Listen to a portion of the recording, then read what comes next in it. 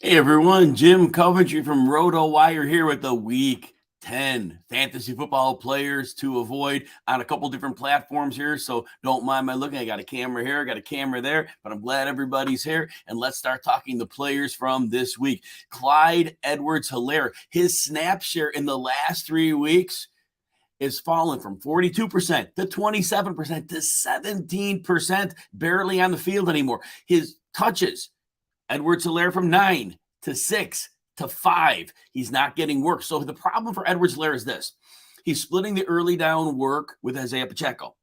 He's really losing out on the passing down snaps to Jerick McKinnon. Jerick McKinnon actually leads the backfield in snaps, and it hasn't been very close lately. So right now, Clyde-Edwards Helaire is really not a player you can start in most 12-team leagues. I don't even know if you can flex him. You're hoping for a touchdown. But when you're getting 6 and 5 touches in a game, yeah, that's JaMychal Hasty territory, and that's not so good. Now, again, he could be using the red zone, but his usage there has not been prominent. And we see McKinnon getting a lot of that red zone love. So, yeah, big bench. Now, Gabe Davis is interesting because the biggest problem, and I'll give you his numbers, 38 or fewer yards in 4 of his last 6, and he's done that in his last 2, so under 38 yards. But now there was a big play that missed last week. Downfield pass could have been a big play. Hit him in the face mask. He wasn't able to come down with the ball. It happens, right? But here's the problem. Josh Allen's elbow. It's a real thing. I don't know how real. I'm not a medical doctor. I'm not inside their practice, but the fact that they're already talking about his status for this week could be iffy. Maybe he plays, but apparently it's a problem. And if they're thinking Super Bowl, of course, that's what they're built for. So if they think they can win their game without Josh Allen firing his howitzer arm 70 yards downfield, that could be a problem. That may have to become an offense that goes a lot more conservative than it's been. And maybe they turn Allen loose, believe this or not, more as a runner because it's not a problem on his elbow. So we're going to see what's going to happen here. But I think the biggest loser here is Gabe Davis because Gabe Davis is the one that was really the best recipient of the big arm throws from Allen when he doesn't get much separation, okay? So Allen, though, could get the ball into the tightest spaces, whether that's 30 yards downfield or, in an area of the field, even in a zone where it's tight. But if his arm is hurting, he may not make that throw. Stephon Diggs can create a lot of separation. So there's a lot more ability for Stephon Diggs to work, even if Allen's elbow is hurt.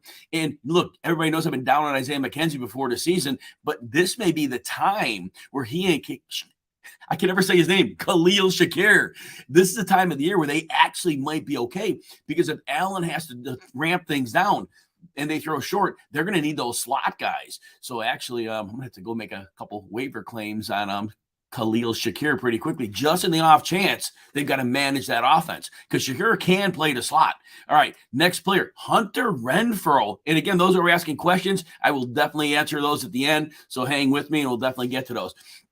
Look, Hunter Renfrow, we love him as a player, right? Very great slot receiver. He can get open in the short area of the field, reliable hands, very good in the red zone. But the Raiders' offense is broken, and there's no two ways about it. So, like last week, they went in and they overworked it to have Devontae Adams. I wanted him to get him the ball, but they abandoned like everything else about the team concept. And then in the second half, they kind of went away from Adams, but then they had nothing going. The offense has no flow. No flow, no identity, no rhythm. Well, Renfrow has 9 total targets over the last 3 games. Now, he caught 7 of them, but it's only 77 yards. So we're looking at a 3-game total of 77 yards, no touchdowns. How do you start Hunter Renfrow right now? It's going to wing in a prayer. So maybe this week, maybe he gets 5 catches, maybe he gets 60 yards, but that's not what the trends are showing us. And it hasn't seemed like Josh McDaniels has been able to fix anything that's been going on in this offense. So yeah, I'm very concerned right now, very disjointed. So next one, we have on the notes list here, Tyler Higbee. He was living on these tight end screens, and the protection issues, as everybody knows, they were really, really bad for the Rams. And one of the ways they were circumventing that was Stafford was going to what he knew. Well, obviously, Cooper Kupp was fine because he can get open in a phone booth with 2 people on him. And so those throws were there because that mind meld is there, and Stafford could make that throw. Well, regardless of what the defense presents. But Tyler Higbee was also reliable from tight end screens because defenses weren't really worried about it. There's no explosive play coming out of that. Well, all of a sudden, the Rams have gone away from those tight end screens. And so now his last 3 games, a total of 3 catches at 22 yards on 9 targets. So right now, again, could it perk back up? Sure, but it's a good 3-game trend here. And again, just like I said about the Raiders offense, talk about it, the Rams is broken. And Matthew Stafford, today is Wednesday. Apparently, he entered the concussion protocol today. So to me, the odds of him playing on Sunday seem very, very sketchy. John Wolford would take over at quarterback. That is problematic for sure. Next one, let's see. Robbie Anderson. Look, I was telling people, don't mess with this guy. He's not a good player. No offense to Robbie Anderson. He's a way better player than I am because I can't play. He's an NFL caliber player, so he's phenomenal from that perspective. But in terms of his NFL compatriots, not so much. He had the miscast the 1 year in Carolina where they put him in the DJ Moore role, and then after 10 games, they figured out, what are we doing here? And then Robbie Anderson went back down to earth. He had the big season with Sam Darnold. But other than that, he's a string bean. He's a downfield situational deep threat. And not working with the Arizona Cardinals right now. And what we saw was he has 8 targets, he has 1 catch, and it lost 4 yards. His contribution to the team, he committed a false start penalty that took away a touchdown for DeAndre Hopkins. It's not turning around for Robbie Anderson. All right, so he catches a 70-yard touchdown in the next game. If he does, he may get a 0 the next week. Not playing him under any scenario. Sam Ehlinger, the Colts, and Jeff Saturday. Don't know what they're doing. To me, honestly, I just think Irsay is just an emotional dude owning a team. And right now, he is making a big mistake of just kind of crashing his franchise. My guess, and I'm not in the house, not in the building, don't know exactly what's going on, but the one week they tell Frank Reich, you're starting Ehlinger. And then 2 terrible games, and Reich is gone. No idea what happened. My guess is Reich had to complain. Said, look, I can't win football games with this guy. And my guess is he got fired. Now, it may not have happened. It's a complete guess on my part. But that's what the tea leaves show me. So we look at this right now. Right now, it's going to be tough to start any Colts. Frank Reich has his faults, but he is a very good game plan designer, I should say. And I don't know, Michael Pittman, I love him as a player. And he had 9 targets 2 weeks ago. Now, when they played the Patriots last week, it was never going to be good. The Patriots were always going to take Ehlinger and put him in a spot where he was not going to have a chance. Bill Belichick was an overmatch. So now, what do we do with the Colts? Their offensive line is terrible. They have 3 liabilities, and there's nothing working right now. They can't run the ball. Jonathan Taylor is back at practice, but he still is coming back from the high ankle sprain, so he's not going to probably be right the rest of the year. No room to run anyway. Passing game is going to be problematic. The fact that Ellinger's mobile isn't going to make a difference. So you're still starting Pittman, but you really are looking at him as a wide receiver 3 and not a wide receiver 1 anymore. And you're hoping that Alec Pierce can still put up 40 to 50 yards a game. You're hoping for that. But right now, and you're starting Jonathan Taylor if he's in a lineup because he's Jonathan Taylor. And at the very worst, you're going to get 50 or 60 yards. So Robbie's the GOAT. I like it. Eat some grass. So the Rams running backs is next. Look, right now, and we saw Darrell Henderson get a little run last week, which is good for him. The only thing I could see, and I don't even know because we haven't seen him play in an NFL game other than a couple snaps in week 1, Kyren Williams. If they're going to use him as a receiving back, it would potentially help the Rams offense. Right now, they're not going to run the ball, and their chance would be to get a dynamic receiver out of the back. That's what they drafted him to be. Now, there are people in the scouting process that thought he was an amazing player. Some thought that he ain't going to translate to the NFL, but I think they owe it a shot because they're obviously not happy with any of their running backs as it is now. So if they do activate Kyren Williams this week, there's a chance he could be relevant, even if he catches 4 or 5 passes a game. And even if John Wolford's a quarterback, it's possible that screen passes could happen. Cam Akers, unfortunately, does stink right now, yes. So right now, the Rams running backs were out. I guess if you have Darrell Henderson and Kyren Williams isn't active, you could start Henderson as a flex in a 12-team league and just hope he gets you 40 yards and kind of live with that. They're not even getting in the red zone anyway. And if Stafford's out, I don't even know they get in the red zone at all, but you're getting some yardage. That's it. And then Lamar Jackson is my last one. And of course, if you're in a 12-team league and you have him and you don't have backups, you probably got to play him. But really, he hasn't had a rushing touchdown since week 3. The 100-yard game's dried up after week 3. He's under 175 passing yards in 4 of his last 6. Now, he has 43 or more rushing yards in every game, so he's got a little bit of a floor. But realistically, there's no passing touchdowns either. He's getting like 1 or less a game, and that's it. So right now, there's like no upside for Lamar Jackson, believe that or not. But this has been a trend now since week 3.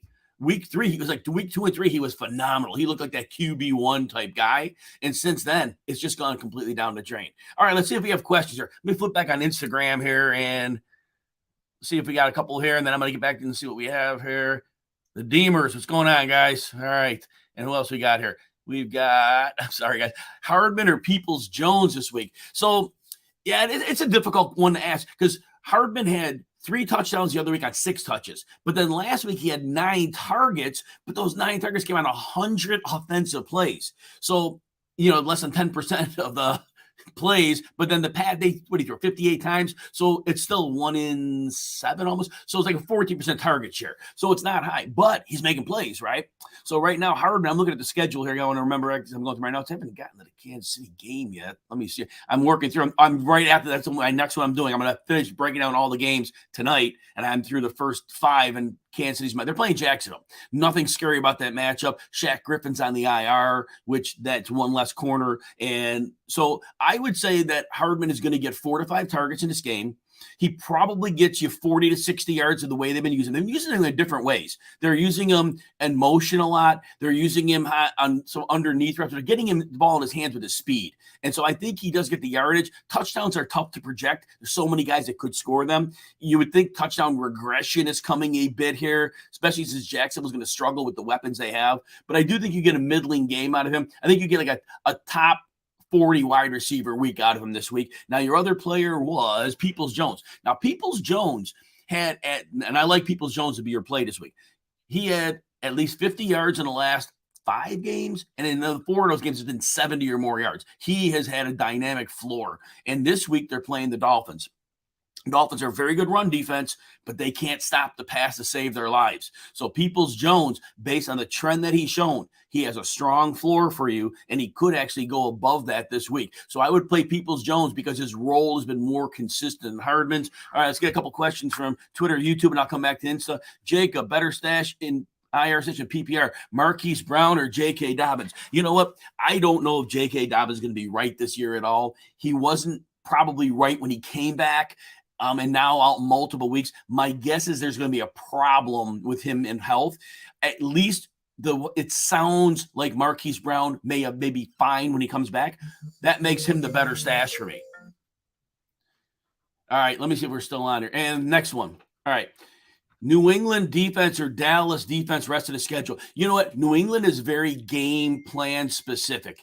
And the problem we have with that is like last year they played Sam Ehlinger. Great. They played the Jets with I'll call him a rookie quarterback. I don't care if he's in his 5th year. Zach Wilson will be a rookie quarterback in his 10th year. He won't make it that long. So when New England gets these cake matchups, it's beautiful. But when they play a good team, any decent team, they're overmatched. They're not a good defense. So Dallas defense all the way because we know no matter who they're playing, they can get pressure on the quarterback. We know they can cover with their corners. Those are the 2 things we look for in our fantasy defenses because those can at least get you points in a bad matchup. So Dallas defense for me all the way. Of course, I don't have all the exact schedule in front of me. If you're looking at the fantasy playoffs, and if you see New England has 2 cake matchups in those weeks, and you're believing you're going to get there, then you might reconsider that. But Dallas is the one that week over week I would start them. And I don't think they rarely fall out of my top 4 weekly defenses just because of what they can do with that pass rush. Jamie, Vegas dropped the line from 7.5 to 3.5, so he's sitting this week, and I don't know what that means. Should I hold Fournette? Well, it depends. If you need the running back depth, you got to keep him. But there could be a trade market for him. I don't think you drop him. If you're an 18 league, you could drop him. But if you're in a 12-team league, no, I don't think you can. Now, I think he's going to lose work to Rachaad White as the season continues to go on. But I think Fournette's still going to have those receiving games. He's not going to get rushing yards. That offensive line's not getting any push in the interior. They're just a horrible running team. But he does have that receiving upside for you. And there's always hope that after their bye week, they figure a couple of things out. All right, let's see what else we got here. Bob, how's it going? All right, good you're here. All right, let's see what other questions on Insta here. Super Bowl predictions. I tell you what, Tommy, I'm not there yet. This is such a week-to-week league. If Josh Allen's elbow hurt, I got to see more about that. And because that's the pivotal one right there. Whatever his elbow looks like, if his elbow is not 100%, it's hard to bet against the Chiefs right now. That's for sure. But if Allen's elbow is okay, so that's going to be a little bit. And then the NFC right now, 49ers, they're going to get healthier a little bit on defense. There's a couple people on IR they're not getting back, but man, they're getting healthy on offense, and they are going to be scary when they have all their components. I should do a show about their offense because that's going to be, but I don't want to spend 10 minutes on it now, but I could go there. And then Robbie is the GOAT. And Bills, Eagles, Cam Akers stinks. Yeah, right now he kind of does. All right, and then let's get some. And so Insta, looks like we're caught up on questions. So thanks everyone there. I'm going to go back to Twitter and YouTube. And those who are on Twitter and YouTube, if you could please hit the like and subscribe button, I would appreciate it greatly. That would mean a lot.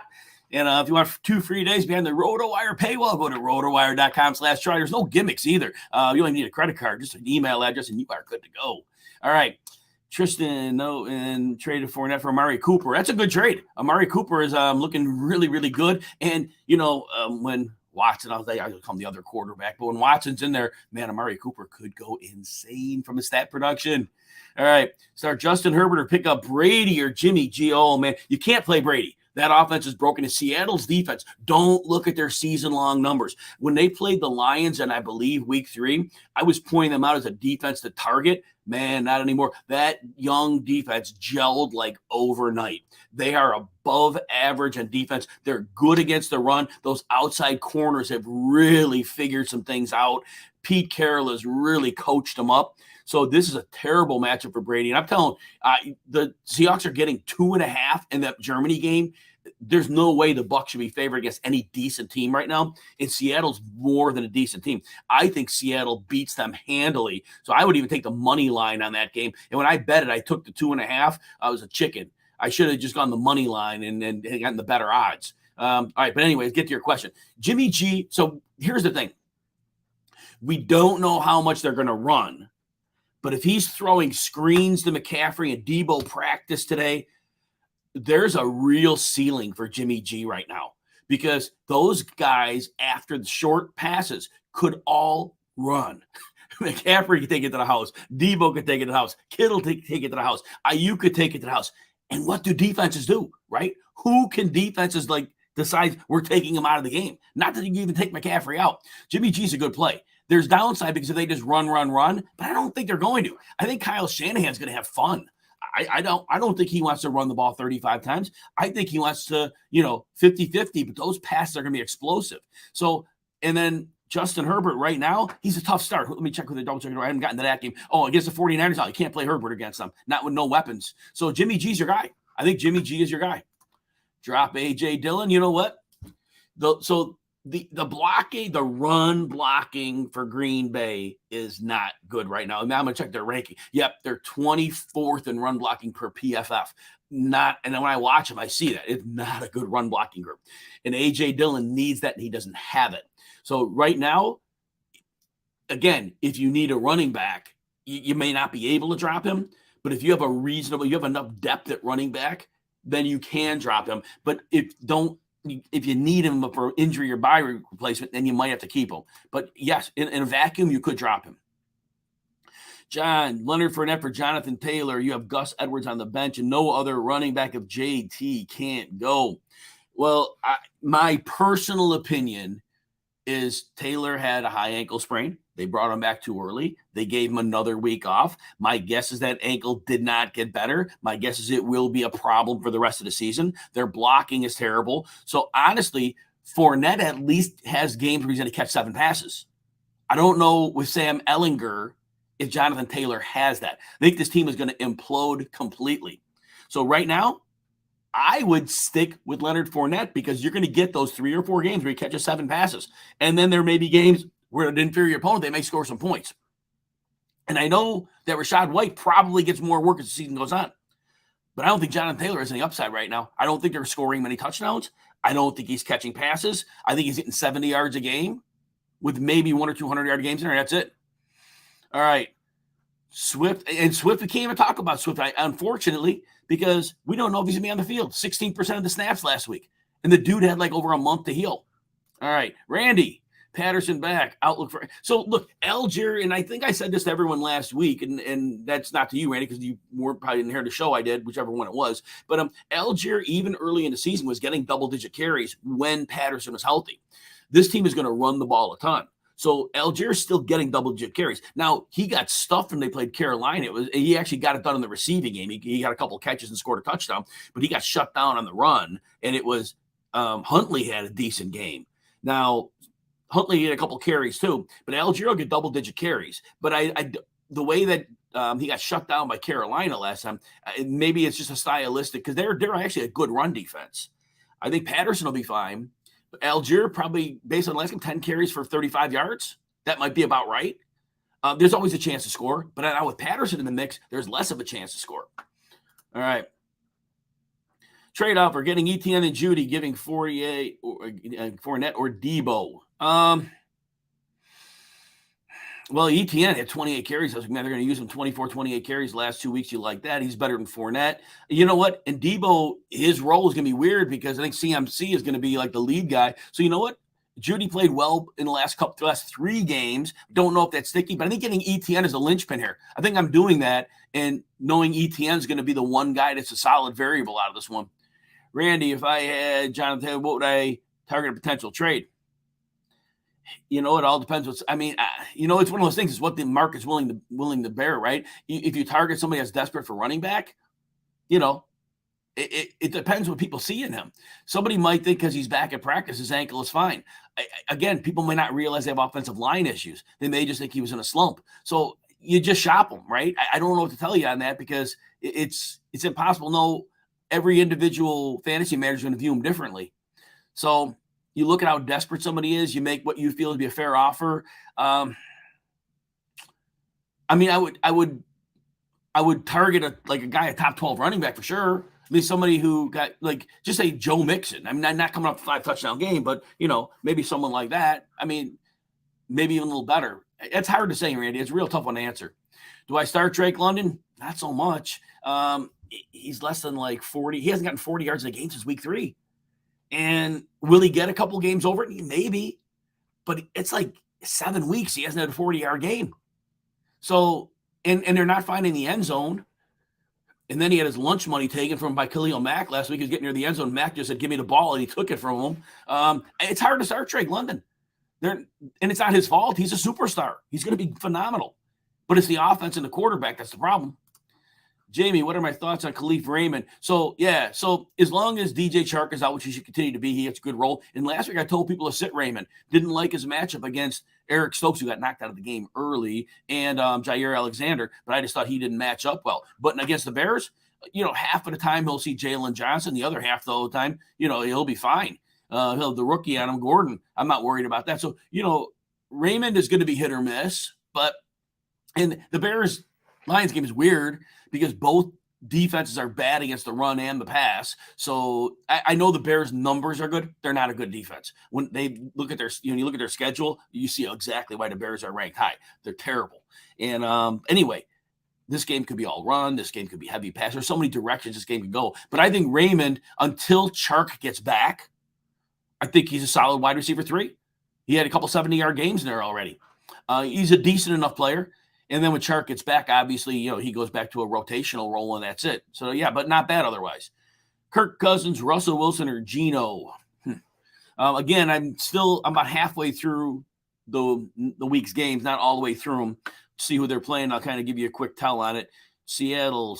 Oh, that's right. That's the game against the Buccaneers. I think they're going to have more success running than passing. The Bucs still have good corners and they're healthy, but you can run on them. So I think Geno's not a great, but Russell Wilson now, I'm not going to recommend Russell Wilson in any game until I see some signs. And against the Titans, he's going to be under pressure. That's not working.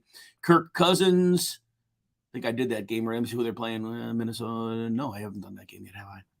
Minnesota. Oh, they're playing the Bills. The Bills have some injuries, and I'd like to see if Tre'Davious White's back. I would like to think, as I broke that game down, the way to attack them would be the running game. But I don't know if they're going to do that. And the coach, Kevin O'Connell, it's not been good in attacking long term. He had the first drive or two, they look really good, and then they really fall off a lot. But I think, nonetheless, see, this is a tough one to answer because I don't know if Josh Allen's playing. If Josh Allen doesn't play, I'm going to say Geno Smith all day long, because if we don't see Josh Allen, it's a low-scoring slugfest with the Vikings running the ball. If Josh Allen plays, Cousins is going to have to score some points, and I think he can. So I'm going to base it on that. See if Josh Allen's playing. That'll be your litmus test. Kenny, yeah, I'm worried about it, though. Njoku might be back this week. So we see it, high ankle sprain. They said he missed 2 to 5 weeks, 2 weeks about now. And you come back early from them, you're not yourself. You're not 100%. And it's very problematic. So I don't know what to do with that, because he's been on fire, but if his ankle isn't right, he's not going to perform. So I am very nervous about Njoku this week. And I have him on some rosters, but very nervous. Depending on my situation, I may start him this week, but I'm very concerned about it. Jacob, the Vegas Bills game, 7. Yeah, you see, because that line had to move, because even if Josh Allen plays at this point, it's already acknowledged that his elbow isn't right, so they're going to lose some explosiveness in their passing game. So yeah, definitely. Kevin, Claypool, Mooney, Pittman, Hardman, rest of schedule PPR league. So I'm going to be all about Mooney here. Look, I was in on Mooney in the offseason, and I know the ceiling hasn't been great, but the floor has been really good. Now it's 4 weeks in a row, and the Bears have opened the offense up a bit. He wins at all areas of the field. Look, Claypool is going to be a distraction, a good distraction. It's going to help Mooney get a little more space, because teams will have to take Claypool seriously. It's a little less attention to put on Mooney. Mooney's the real deal. He's a very good receiver. Pittman, I love him. He's the most talented of the group. But with Sam Ehlinger, the offense is broken. So I'm going to put Mooney 1, Pittman 2. I'm going to put Hardman 3. Remember, I mentioned earlier in the show, Hardman had the 3 touchdowns on 6 touches 2 weeks ago. Last week he had 9 targets, but they ran 100 offensive plays. So his target share of the pass was like 17%. No, it was 11, maybe less than that. It was less than that, I think. But 17%. So it wasn't. So I put him 3rd because his usage is a little tricky lately. And then Claypool, I still think it's going to be a while for him to acclimate, and that a while, maybe next year. And I don't know quite what he brings, because we haven't seen sustained success from him in the NFL. He had a good rookie season for a spell, but again, not quite sure we're getting there. Jay, start 2 in PPR, Marshall, Peoples-Jones, Williams, and Wilson. So I think we say Donovan Peoples-Jones with some relative certainty, because, again, he's had 70-plus yards in 4 of his last 5 games and 50 in the one game he didn't. And Miami's a great, great matchup to attack. But the running backs are good. Marshall we're leaving out, because Marshall, look, I like him as a deep flex play. And there are going to be games where they don't pass this week. It looks decent, but I can't put Marshall in that group yet. Williams is playing the Bears. It's a good matchup. It's all a matter of how much work Swift gets, but Williams is still going to get half of the work. Jeff Wilson, I mean, my God, he looked good. And I said on Sirius last Sunday that he would take the lead right away, and he did. And he completely crushed the numbers that Mostert had. So they're playing Cleveland. And I know Cleveland was lights out. I don't know where that defense came from against Cincinnati, but they're going to turn back into a pumpkin this week. There's no way. There's no way they put that game up again.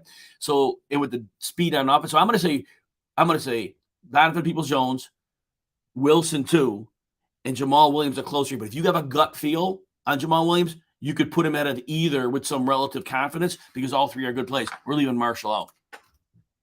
Traded Mostert for Gibson. I think it's good. Mostert's going to they have to keep him healthy. They want him to be a good part of their offense, but he's only 4.5 yards per carry.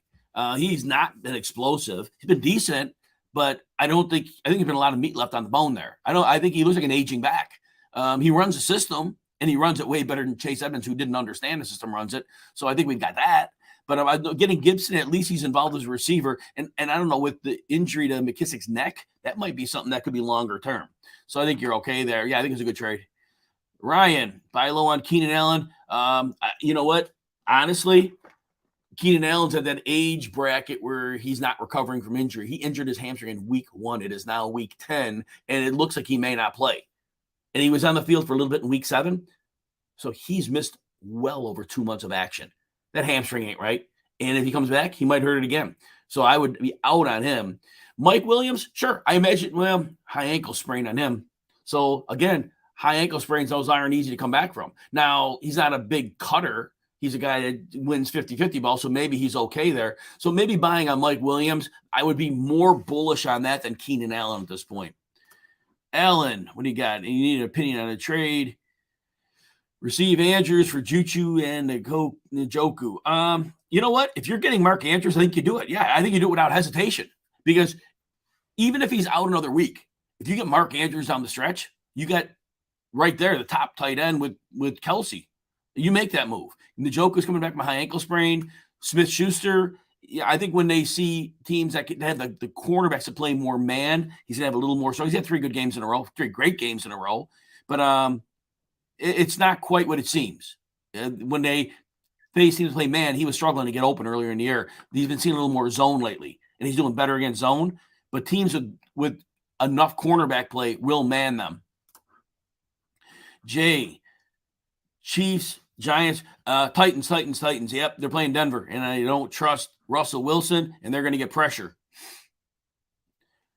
Michael, Palmer or Jeff Wilson in the flex. So Palmer is getting a boatload of targets. So if you're in a PPR league, man, Palmer's got to be your floor play because Justin Herbert's got to throw to somebody. They're playing the 49ers, but that's really stopping the run. That's really their forte. They're going to get best. They get pressure on the quarterback, but the short area receivers can get the ball.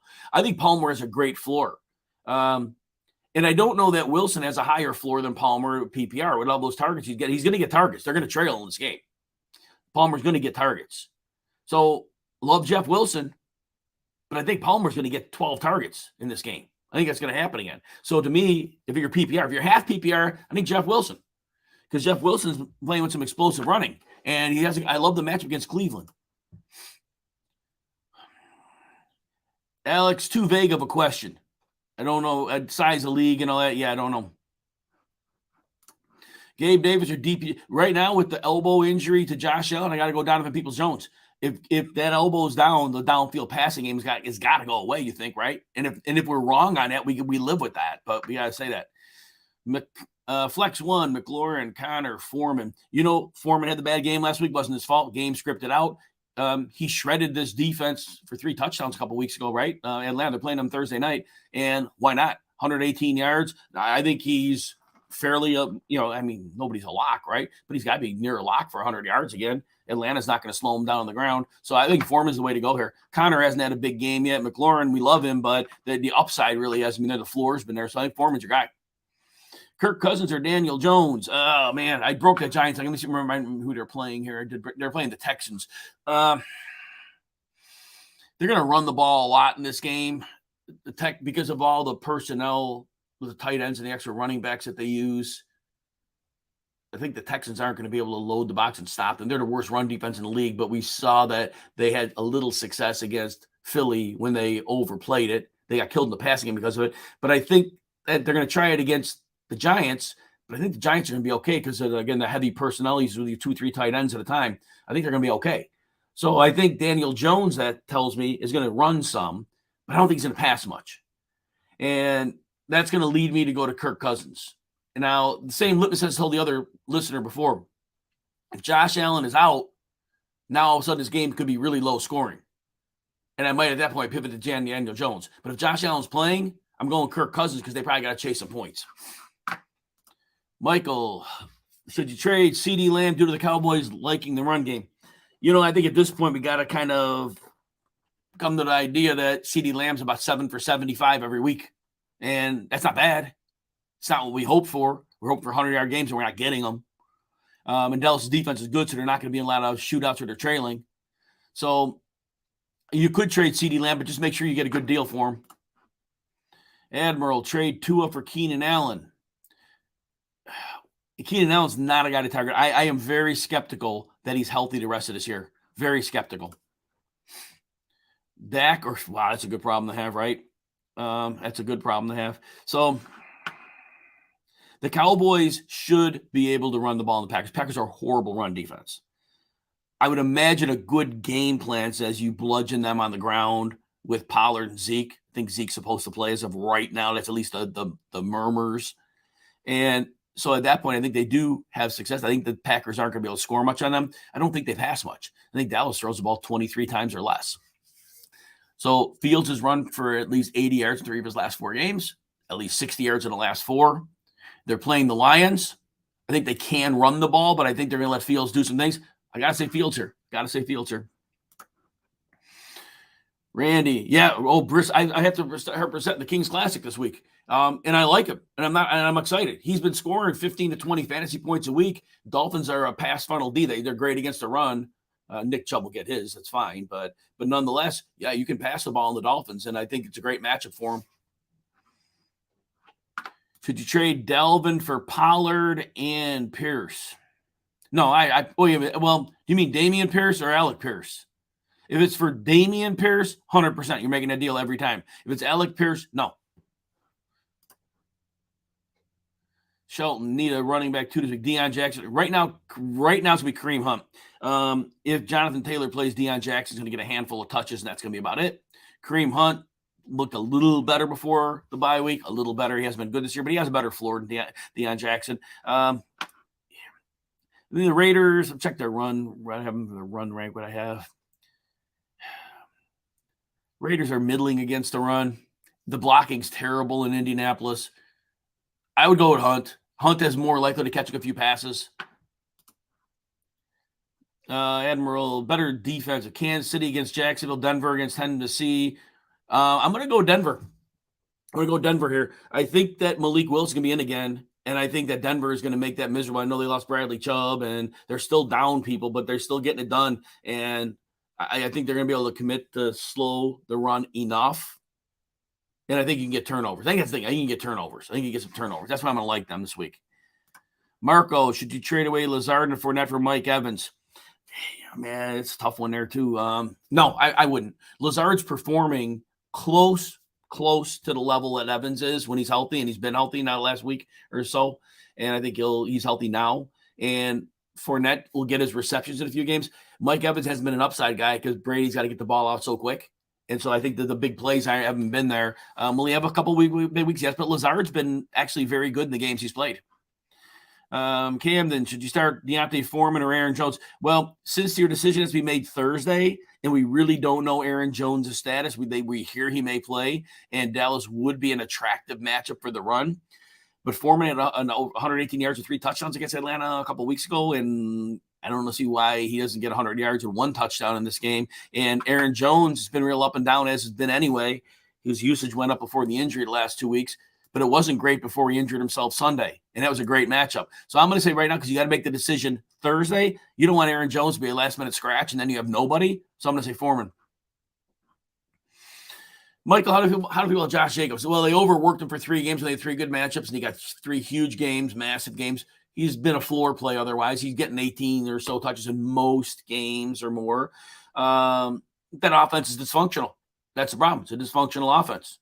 So he's going to get you something every week. He's going to get you like 10 fantasy points every week, and he has upside obviously for way more.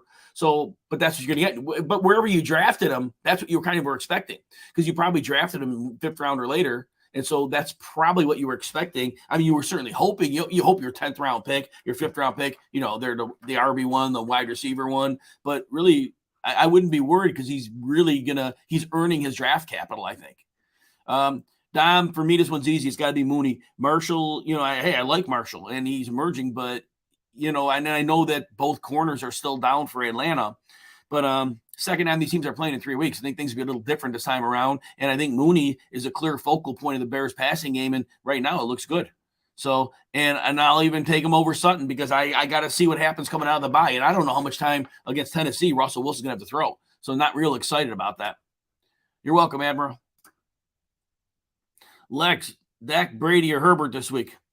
I mentioned earlier, I think Dak only throws the ball about 23 times, but Herbert, don't like him against San Francisco. He's going to be under a lot of pressure. The receivers are all decimated. Brady, not against those corners, right? Seattle's corners are playing real well, and they're getting some pass rush too. It's got to be Dak.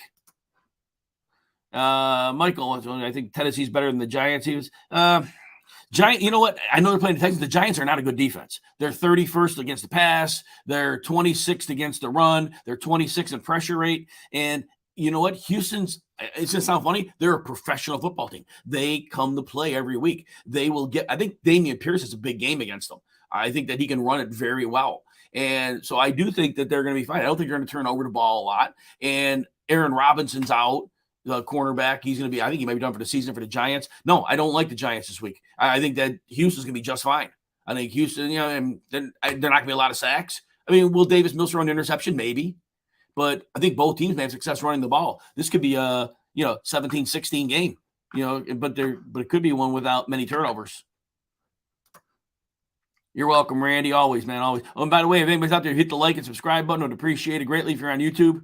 Dave, would I lean in a defensive with the highest upside to the 49ers and the Chargers or the Vikings? You know what? I would say the 49ers. The 49ers are getting healthier, and they're going to put a lot of pressure on that offensive line that the Chargers have, and they're going to make it miserable. I mean, they're going to probably take Eckler away. I think they always are good against pass catching backs and tight ends, and that's really what they have. So I'm going to go with the 49ers there.